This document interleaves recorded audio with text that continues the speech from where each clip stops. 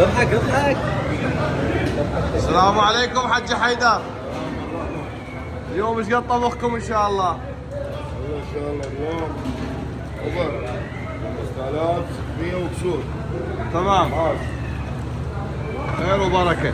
هاي باميه وكوسي لحم. اليوم باميه وزيت. اي نعم. ثم ان شاء الله عندك الجاس موجود. اللهم صل على محمد وآل محمد.